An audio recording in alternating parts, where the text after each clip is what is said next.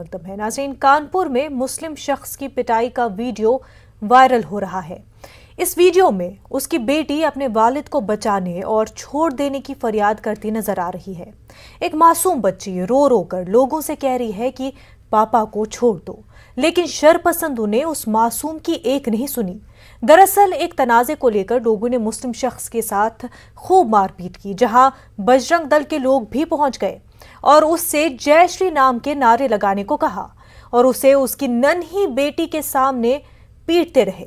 इस मामले में पुलिस ने कल कार्रवाई करते हुए बजरंग दल के एक रुकन समेत 3 मुलजिमीन को गिरफ्तार किया। तो बजरंग दल के सैकड़ों कारकुनों ने देर रात डीसीपी साउथ रवीना त्यागी के ऑफिस पहुंचकर गेट का घेराव कर दिया। यहां बजरंग दल के कारकुनों ने जय श्री राम के नारे लगाए और हनुमान चालीसा भी पढ़ा। इसके बाद पुलिस ने बातचीत के जरिए कई घंटों तक चले इस तमाशे को खत्म किया। बजरंग दल के मुताबिक पुलिस ने उनके कारकुन को रिहा करने की यकीन दहानी कराई है, जबकि पुलिस इस मामले में मुहतात रद्द-ए-अमल का इजहार कर रही है।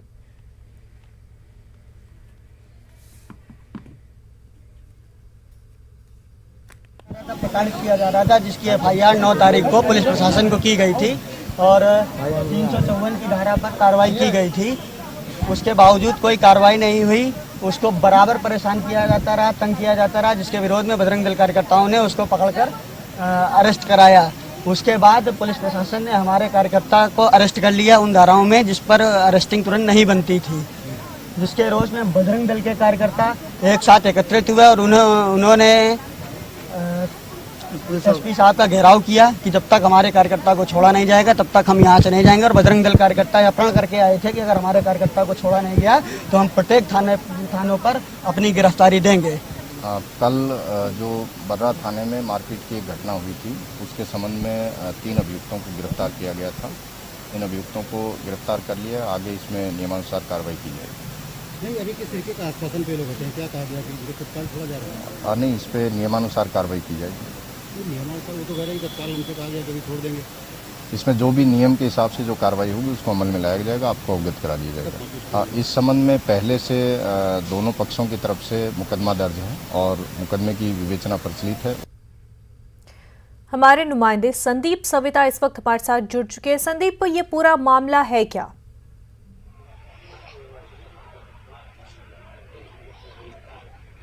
देखिए, जिस तरह से मामला पेश आया, ये एक वीडियो वायरल हुआ जिसमें अफसार नाम के व्यक्ति की पिटाई हुई और भीड़ जब इकट्ठा हुई तो बजरंग दल के लोग उसमें मौजूद थे, उन्होंने पिटाई की। जिस तरह से आपने वीडियो जो वायरल हुआ है उसमें देखा होगा कि एक बच्ची जो कि अफसार अहमद की बेटी है, वो मासूम बेटी उनको बचाने का प्रयास कर रही थी, लेकिन भीड़ उन्हें पीटती रही। तो कहीं ना कहीं ये एक जो मानवता को शर्मसार करने वाली तस्वीर थी। तो जिस तरह से ये मामला पेश आया, उसके बाद मुकदमा दर्ज हुआ, लेकिन जो मुकदमा दर्ज हुआ उसमें भी खेल हुआ। पुलिस ने जिस तरह से मुकदमा दर्ज किया, नामालूम अफराद के खिलाफ मुकदमा दर्ज किया, 8 लोगों के खिलाफ मुकदमा दर्ज किया और फिर उसके बाद जब 3 गिरफ्तारियां हुई तो बजरंग दल के लोग आधी रात में डीसीपी कार्यालय का घेराव करते हैं और उन्हें छुड़ाने की बात करते हैं। वहीं पुलिस की बात की जाए तो पुलिस इस मामले पर ठीक से जवाब नहीं दे पा रही है कि आखिर क्या करना है, किस तरह का मुकदमा दर्ज किया गया है।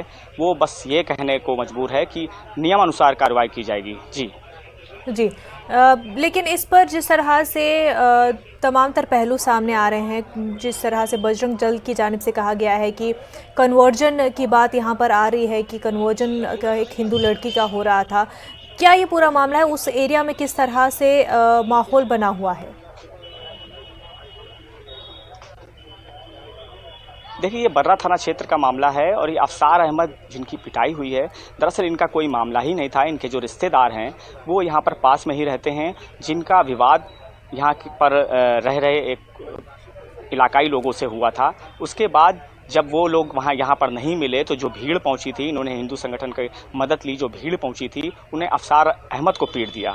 मामला ये था और इस पर आरोप ये लगाया जा रहा है, जैसे कि जो दलित परिवार है उसने आरोप लगाया है कि धर्मांतरण के लिए इनको पैसे दिए गए थे। इस तरह का मामला सामने आया, उसके बाद मुकदमा दर्ज हुआ। तो कहीं ना कहीं एक बात ये सामने निकल कर आ रही है कि अगर पुलिस समय पर कार्रवाई करती, इस पर एक्शन लेती, बर्रा थाना पुलिस इस पर कार्रवाई करती और संज्ञान में लेती तो शायद ये मामला नहीं होता। जी, तो जिस तरह से बजरंग दल कन्वर्जन को लेकर जोड़ रही है, वो मामला असल में अफसार अहमद से जुड़ा हुआ ही नहीं है।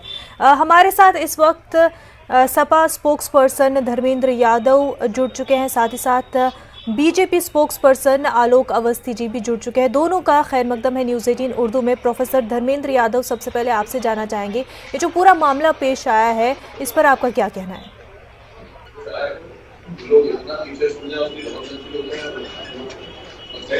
सबसे पहले तो ये लॉ एंड ऑर्डर का मामला है, यानी कि उत्तर प्रदेश में कानून व्यवस्था पूरी तरह से ध्वस्त है। अभी कल एक गाजियाबाद का मामला आया था जिसमें पुजारी के ऊपर हमला किया गया, मंदिर के पुजारी पर हमला किया गया। तो उत्तर प्रदेश में अगर पुजारी सुरक्षित नहीं है, उत्तर प्रदेश में मुसलमान सुरक्षित नहीं है, उत्तर प्रदेश की बेटी सुरक्षित नहीं है, उत्तर प्रदेश के व्यापारी सुरक्षित नहीं है, यहाँ तक कि उत्तर प्रदेश के पत्रकार सुरक्षित नहीं है, तो उत्तर प्रदेश में हो क्या रहा है? उत्तर प्रदेश पूरी तरह से हत्या प्रदेश बन चुका है, कानून व्यवस्था ध्वस्त है, किसी को कानून का कोई डर नहीं है। इसी वजह से ये सारी घटनाएं हो रही हैं। अभी कल एक होमगार्ड डिपार्टमेंट की समाचार मेरे पास आया था, उसमें 8 राइफलें गायब हो गई हैं। तो आप ये कह सकती हो, जब पुलिस की राइफल सुरक्षित नहीं है जिस प्रदेश में, उस प्रदेश का आम जन सुरक्षित कैसे होगा, ये लोगों को समझना होगा। मैं आपके चैनल के माध्यम से लोगों को ये बताना चाह रहा हूँ कि जो भारतीय जनता पार्टी है वो अपना एक अदृश्य मॉडल लेके आती है, जिससे लोगों का जो डिस्कोर्स है वो चेंज हो जाए, समझने का प्रयास अगर अलग हो जाए। जैसे आपने खुद ही बताया कि इसको जो है धर्मांतरण से जोड़ा जा रहा है, मतलब हर एक मुद्दे में हिंदू मुसलमान का इनको एंगल देना है, और जो लॉ एंड ऑर्डर का फेल्योर है उसको एक्सेप्ट नहीं करना है। और जब तक कोई अपनी गलती एक्सेप्ट नहीं करता है तब तक कोई सुधार नहीं हो सकता है। तो इसका मतलब भारतीय जनता पार्टी की सरकार ये बिल्कुल कह रही है कि हम अपने लॉ एंड ऑर्डर को बिल्कुल नहीं सुधारेंगे, उसमें नया नया एंगल ढूंढेंगे, भले ही उत्तर प्रदेश के लोग इसमें जलते रहें। जी आलोक जी, आपसे इस पर जवाब चाहेंगे कि लॉ एंड ऑर्डर की सिचुएशन खराब यूपी में, और इसी वजह से न दलित सुरक्षित, न मुसलमान, न जर्नलिस्ट, क्या कहेंगे इस पर? देखिए, उत्तर प्रदेश में कानून व्यवस्था बहुत दुरुस्त है। जो ये तकरार जो कानून का आया है, इसमें 3 तरह के मामले में पुलिस जो है इन्वेस्टिगेशन कर रही है।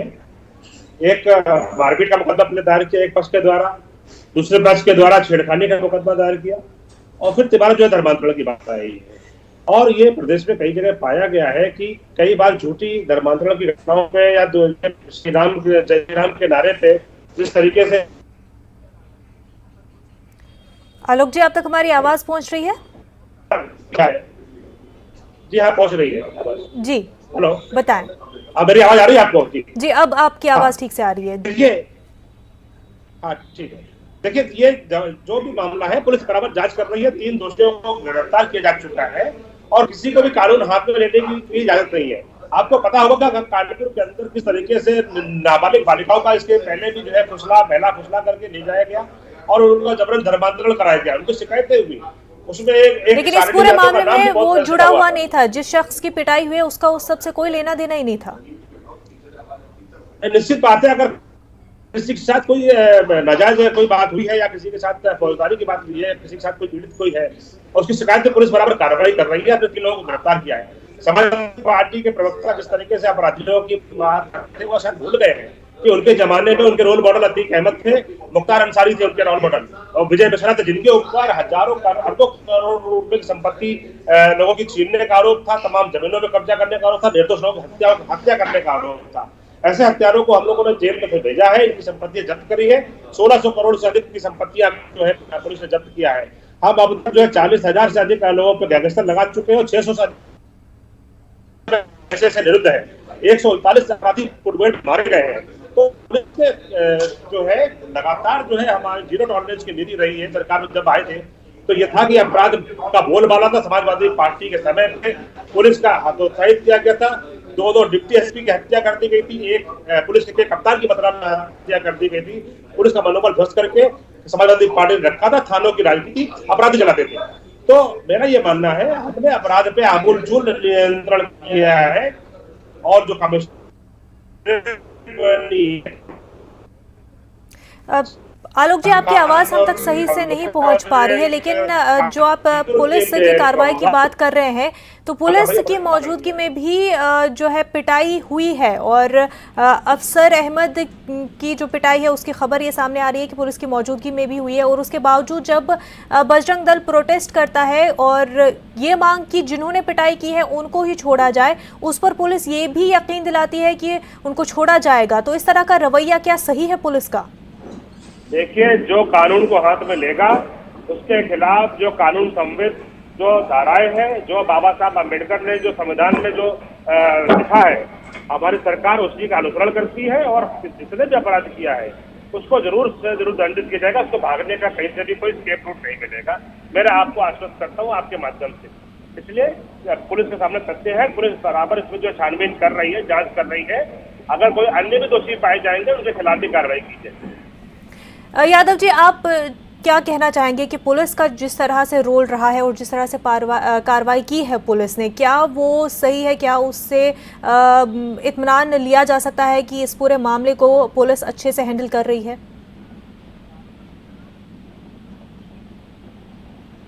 आप मुझे बताइए, आप अपनी रिपोर्ट में दिखा रहे हैं कि पुलिस की मौजूदगी में उस शख्स को मारा जा रहा है।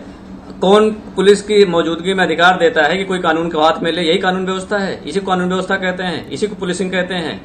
पहली बात। दूसरी बात, आलोक अवस्थी जो कह रहे हैं, इन्होंने एक बात तो कम से कम एक्सेप्ट कर ली है, खुशी की बात है कि ये खुद कह रहे हैं कि जो लव जिहाद और धर्मांतरण की झूठी घटनाएं कुछ आ रही हैं, इसका मतलब कि कहीं न कहीं ये साजिश के तहत फैलाया जा रहा है। आप मुझे बताइए कि जब तक चुनाव नहीं थे उत्तर प्रदेश में, तब तक इस तरह कोई घटना नहीं आती थी, किसी की दाढ़ी नहीं कटती थी, किसी को नहीं पीटा जाता था, किसी का धर्मांतरण नहीं होता था। जैसे चुनाव आता है कैसे धर्मांतरण हो जाता है। जो इनके लिए भारतीय जनता पार्टी का जो पैमाना परिभाषा है, अगर कोई मुसलमान गरीब है तो इनके लिए आतंकवादी है, अगर कोई अमीर है या IAS IPS है या विधायक है, सांसद है, तो उनके घर में शादियां हो जाती हैं इनकी। अगर कोई दलित गरीब है तो इनके लिए अछूत है, अगर कोई दलित IAS बन जाए, विधायक सांसद बन जाए, तो उनके घर में शादियां हो जाती हैं। तो ये तो इनके पैमाने हैं, तो इनके पैमाने पर कोई कसौटी बनती नहीं मैम। लेकिन सवाल ये उठता है कि जो ये आप लॉ एंड ऑर्डर की बात कर रहे हैं, लॉ एंड ऑर्डर में बता दूं कि इनके विधायक पीलीभीत सदर से विधायक हैं, वो थाने में जाकर के थानेदार के हाथ जोड़ रहे थे कि साहब आपने थाने को लूट काटा बना दिया। उसमें समाजवादी पार्टी तो नहीं कह रही है। जब इनके विधायक कह रहे हैं, चुने हुए जनप्रतिनिधि कह रहे हैं कि जो थाने हैं लूट के अड्डे बन गए हैं, क्या वो झूठ बोल रहे हैं? इसका मतलब ये बात सत्य है। अभी मैनपुरी में इनके विधायक हैं, वो विधायक जाकर के थानेदारी की बैठ जाती है। तो आप मुझे बताइए कि थाना चला रहे हैं या थानेदार चला रहे हैं, पहले इनको ये बताना पड़ेगा।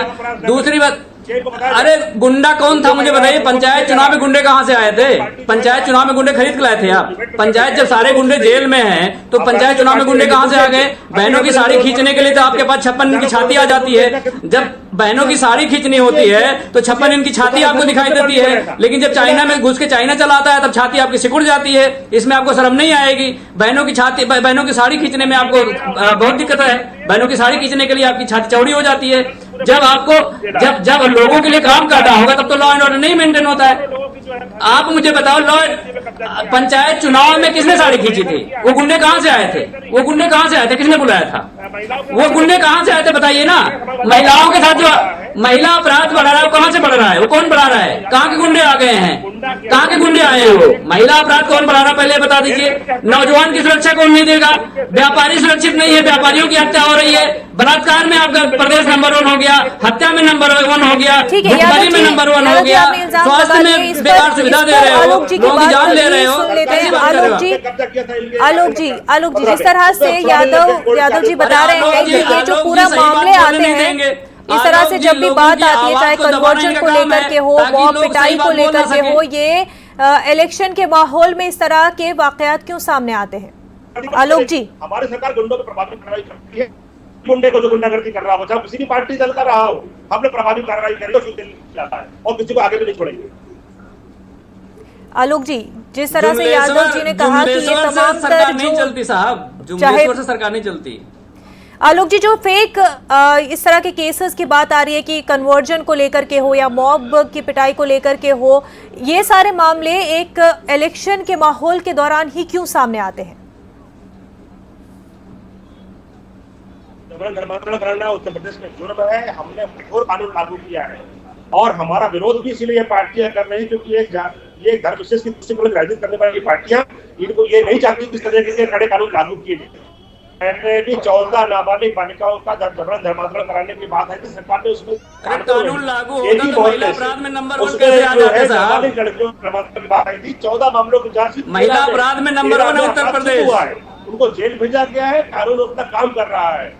तो मेरा ये कहना है कि ये जो कह रहे हैं कि धर्मांतरण की बात सही नहीं है, ये गलत कह रहे हैं। धर्मांतरण कराया जाता है, लालच दिया जाता है। लेकिन जितने इलेक्शन जितने केसेस आए थे कन्वर्जन को लेकर के भी पहले भी और लव जिहाद के मामले भी आए थे, उनमें से ज्यादातर केसेस गलत साबित हुए थे। आलोक जी, उसकी जिम्मेदारी कौन लेगा? समाजवादी पार्टी लेगी? अरे ये आतंकवादियों के मुकदमे वापस लेने वाली पार्टी है और हम आतंकवादियों को सजा देने वाली पार्टी है, तो दोनों में बड़ा ही अंतर है। अपराधियों अरे पहले मुख्यमंत्री के मुकदमे वापस ले लो, आप मुख्यमंत्री के ले लो, उप मुख्यमंत्री के मुकदमे वापस ले लो, क्या बात कर रहे हो आप?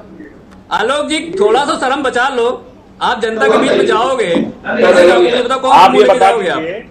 आपके विधायक को जनता ने पानी में चलवा दिया, आपके विधायक को जनता ने गंदे पानी में चलवाया। संदीप, आपसे जानना चाहेंगे कि जहां पर ये पूरा मामला पेश आया, संदीप आपसे जानना चाहेंगे कि जहां पर ये पूरा मामला पेश आया वहां पर 500 मीटर की दूरी पर ही बजरंग दल की मीटिंग हो रही थी और मीटिंग ये पूरे कन्वर्जन को लेकर के ही मीटिंग जारी थी। उसके बाद ये मामला पूरा बजरंग दल से रिलेटेड भी नहीं था, पर वहां पर मामला पेश आया, पिटाई हो रही थी, तो बजरंग दल के लोग भी उसमें जुड़ गए और पिटाई करना और नारे दिलवाने की बात सामने आ रही है। संदीप,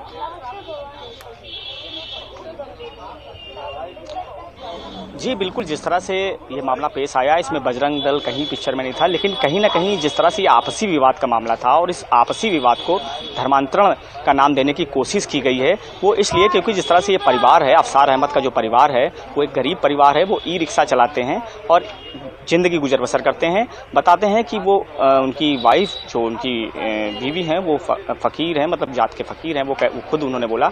और उनका कहना है कि जिस तरह से हम लोग ज़िंदगी गुजर बसर करते हैं और इन पर आरोप लगाया गया यानी इनके रिश्तेदार पर कि 20,000 रुपये देकर धन परिवर्तन की बात सामने आ रही है, तो कहीं ना कहीं जो इनके घर के हालात हैं उससे कहीं कोई भी नहीं कह सकता कि ये पैसे दे सकते हैं।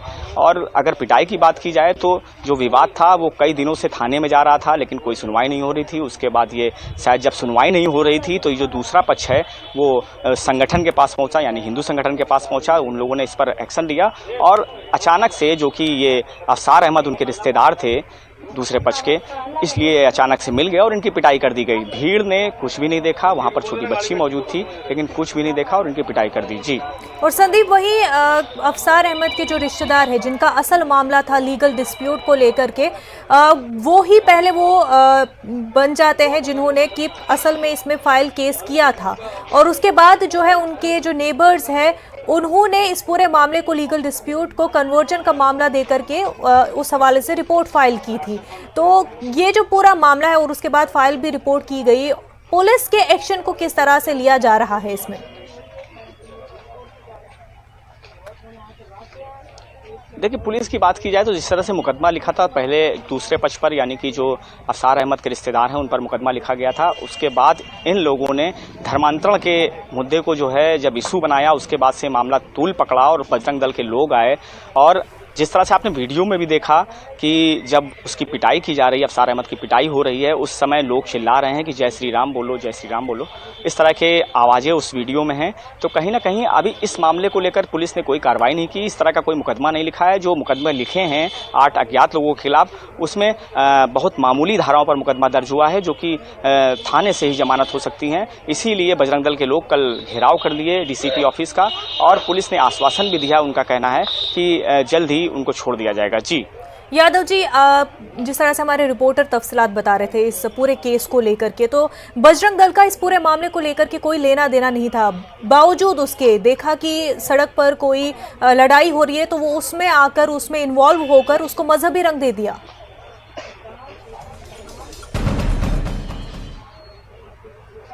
आपका सवाल मुझसे है? जी यादव जी, आप तक हमारी आवाज पहुंच रही है? आप ये बताइए कि किसी गरीब बिल्कुल आप पहुंच रही मेरी आवाज जा रही है? जी जी बिल्कुल, मेरी आवाज आपको मिल रही है? बिल्कुल, आप बताएं। जी, मैं ये कह रहा हूं कि किसी की गरीबी का अगर मजाक बनाओ तो इससे बड़ा घिनौना काम इस धरती पर कोई हो नहीं सकता है। चाहे वो हिंदू हो चाहे मुसलमान हो, मैं उसकी बात नहीं कर रहा। मैंने 2 घटनाएं बताई। कल एक गाजियाबाद की घटना है जिसमें साधु को मारे हैं और वहां की घटना जो मुसलमान को मारे हैं। आप उस बच्ची को देखिए, आप उस बच्ची के बारे में सोचिए पहले। आलोक जी, आप भी सोचिएगा, आपके घर में भी बच्चे होंगे, आपके परिवार में बच्चे होंगे। उस बच्ची के बारे में सोचिए जिसके पिता को लोग मार रहे हैं, पुलिस के रहते हुए मार रहे हैं और वो बच्ची चिल्ला रही है। क्या हम इसी समाज को बनाने के लिए यहाँ बैठे हैं? इसी समाज का हम निर्माण करना चाहते हैं? कैसा आप उत्तर प्रदेश बनाना चाहते हो, ये आज जनता को बताओ आप। कि जिसके छोटी बच्ची हो 6-7 साल की बच्ची मुझे दिख रही थी, वो चिल्ला रही है, रो रही है, उसी कराह को आप नहीं समझ पा रहे हैं। कैसा दल है, कैसा धर्म है, कैसी बात कर रहे हैं आप। दूसरी बात है जो लॉ एंड ऑर्डर की बात करते हैं, अभी कानपुर की घटना है मैम। एक भारतीय जनता पार्टी का जो नेता थे उनका कोई कार्यक्रम चल रहा था, उसमें एक गैंगस्टर आया हुआ था और पुलिस को सूचना मिली कि वहां गैंगस्टर आया हुआ है। पुलिस ने दबिश दी, उसके बाद उस गैंगस्टर को पकड़ लिया। कानपुर की पूरी भारतीय जनता पार्टी की कार्यकारिणी ने उस गैंगस्टर को छुड़ाने के लिए पुलिस को परेशान कर दिया और अंतोगत्वा उस गैंगस्टर को फरार करवा दिया। अब आलोक अवस्थी जी ये बताएं कि एक गैंगस्टर को पकड़ने के लिए पुलिस कितनी मशक्कत करती है और यहां तक अपनी जान गंवा देती है। विकास दुबे वाले केस में आपने देखा होगा तो किस तरह से मौत के घाट उतार दिया था हमारे पुलिस वाले जवानों को, लेकिन उसको भी ध्यान में नहीं रखते हैं। तो इनका एक सूत्री कार्यक्रम है, इनको किसी धर्म से कोई लेना देना नहीं है। मुसलमान वाला केस आपने वहां कानपुर में देखा, हिंदू का केस आपने गाजियाबाद में देखा। तो इनके लिए कोई ना हिंदू है ना मुसलमान है, ये खाली सत्ता के लोभी लोग हैं। इनको सत्ता के अलावा कुछ दिखाई नहीं देता है। उसके लिए प्रदेश को इन्होंने आग में झोंकने का काम किया है। लेकिन इस बार उत्तर प्रदेश की जनता इस बात को पूरी तरह समझ गई है कि ये कौन कौन से पैतरे चल सकते हैं, इसलिए ये लोग फ्रस्ट्रेट है पूरी तरह से। क्या ये सब इलेक्शन की आड़ में हो रहा है? क्या लॉ एंड ऑर्डर की सिचुएशन यूपी में इलेक्शन की आड़ में खराब हो रही है? क्या कहेंगे?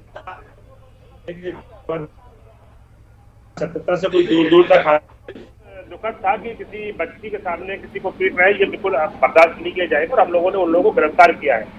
इनके समय पर तो अपराधियों की गिरफ्तारी भी नहीं होती थी, यहाँ तक कि एफआईआर तक दर्ज नहीं होती थी। पुलिस वालों की हत्याओं से राजधानी और प्रदेश भर में जो है त्राही मचा हुआ था।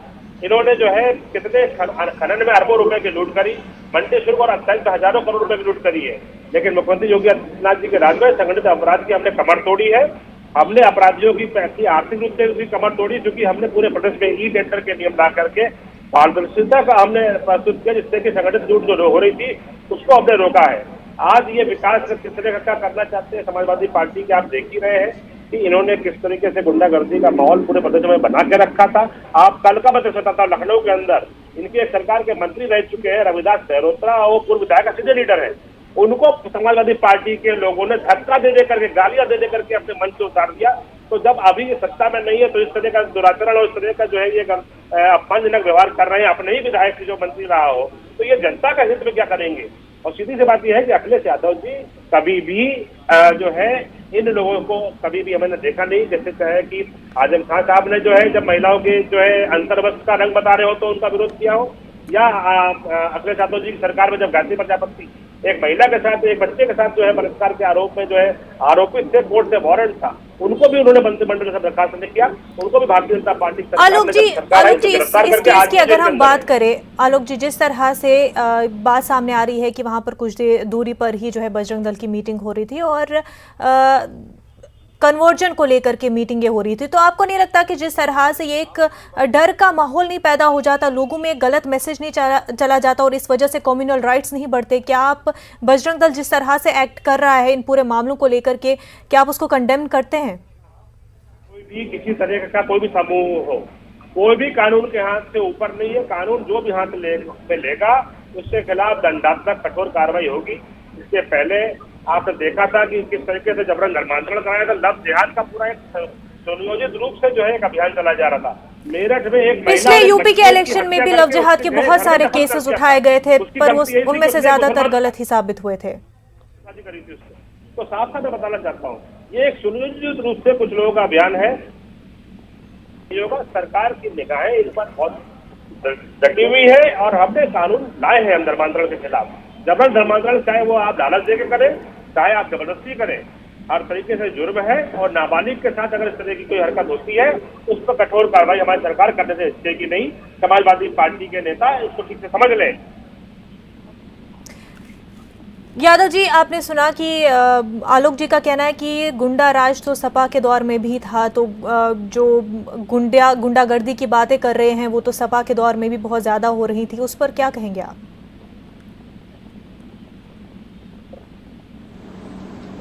मैडम, कानून व्यवस्था नापने का पैमाना बना हुआ है। किसी के मुंह से कानून व्यवस्था ना तो अच्छी होती ना तो खराब होती है। आप मुझे बता दीजिए कि जो एनसीआरबी के रिपोर्ट के अनुसार उत्तर प्रदेश महिला अपराध में नंबर 1 है, तो महिला के सुरक्षा की बात कहां से कर सकते हैं? हमारे समय में तो इतना नहीं था जितना इनके समय में है। तो ये कैसे कह सकते हैं कि इनका कानून व्यवस्था बहुत अच्छी चल रही है। दूसरी बात जो ये कह रहे हैं कि जिस तरह से ये धर्मांतरण की बात करते हैं, मैं इनको कह रहा हूं कि मुझे 3 केस बताइए जिसमें आरोप सिद्ध हो चुका हो। मात्र 3 केस, पूरे 1 साल में मात्र 3 केस बताइए जिसमें आरोप सिद्ध हो चुका है, वो भी नहीं बता सकते ये। तो ये खाली लोगों को गुमराह करने का काम करते हैं, इसके अलावा इनके पास कोई काम नहीं है।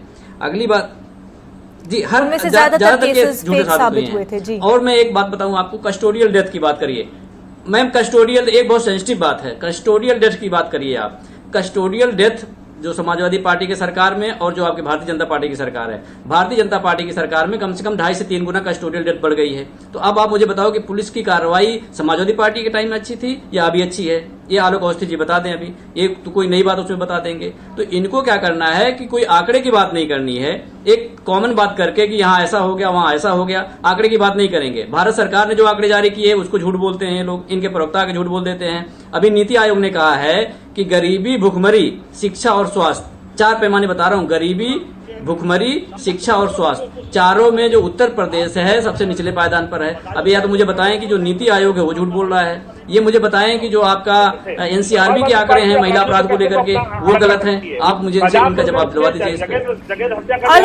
आलोक जी एनसीआरबी की रिपोर्ट की हवाला दिया यहाँ पर यादव जी ने। आंकड़े की बात करें, एनसी देखिए, आप एनसीआरबी का रिकॉर्ड भी अगर उठाएंगे तो 2016 उस पर कोई जवाब नहीं देंगे, आप पूछ लीजिए इनसे। मैं बता रहा हूँ ना आपको, जवाब सुनिए। अब आपको क्या जवाब देता हूँ। 2016 की तुलना में अपराधों में 68.3% की गिरावट आई है। डकैती में 2021 की अगर बात करते हैं, लूट में 66% की गिरावट आई है, हत्या में 24% की गिरावट आई है। महिला अपराध की करो, महिला अपराध की, महिला अपराध की, महिला अपराध की बताओ, महिला अपराध की। देते थे इनके समय पे जो है। महिला अपराध नहीं बताओगे, बेटी बचाने की बात नहीं करोगे, बेटी जलाते रहोगे, ऐसे बेटी जलाते रहोगे, क्या है तो समाजवादी पार्टी बेटी जलाते रहोगे, हिंदुत्व की बात नहीं करोगे इसमें। आप पूछिए, आपका नेता लाशों को दफना दोगे तब बात नहीं करोगे। 1.5 वर्ष से कोविड का चला है। आपके नेता कहाँ थे? लंदन घूम रहे थे या घर के अंदर बैठे हुए? जिस तरह से इल्जाम तो एक दूसरे पर पार्टियां लगा रही हैं, लेकिन ये हकीकत नहीं बदल जाती है कि यूपी में कहीं ना कहीं लॉ एंड ऑर्डर की सिचुएशन तो बनी हुई है, जहां पर कोई आपसी मामला भी हो तो उसको भी मजहबी रंग दिया जा रहा है। इस पूरे मामले को लेकर के अब कार्रवाई किस तरह से होती है वो भी देखने वाली बात होगी। प्रोफेसर धर्मेंद्र यादव साहब और साथ ही साथ आलोक अवस्थी जी, आप दोनों का बेहद शुक्रिया हमारे साथ बात करने के लिए। संदीप सविता, आपका भी बेहद शुक्रिया हमारे साथ बने रहने के लिए। कोरोना वबा के दौरान बाहमी इमदाद और इन्हिसार का जज्बा मुस्तहकम हुआ है। मुल्क इस वबा से मुतहिद होकर मुकाबला कर रहा है। टीकाकारी के ऐलान के बाद हम बेहतर ताउन करें जिससे हम कोरोना को मात देने की जानिब कदम बढ़ा सके। नेटवर्क 18 इस मुहिम में हर कदम पर आपके साथ रहेगा। जब तक सभी महफूज नहीं होते तब तक कोई भी महफूज नहीं होगा। इसी सोच की बुनियाद पर हमारी मुहिम संजीवनी का मकसद यकीनी बनाना है कि वैक्सीन पाना सभी हिंदुस्तानी का हक है।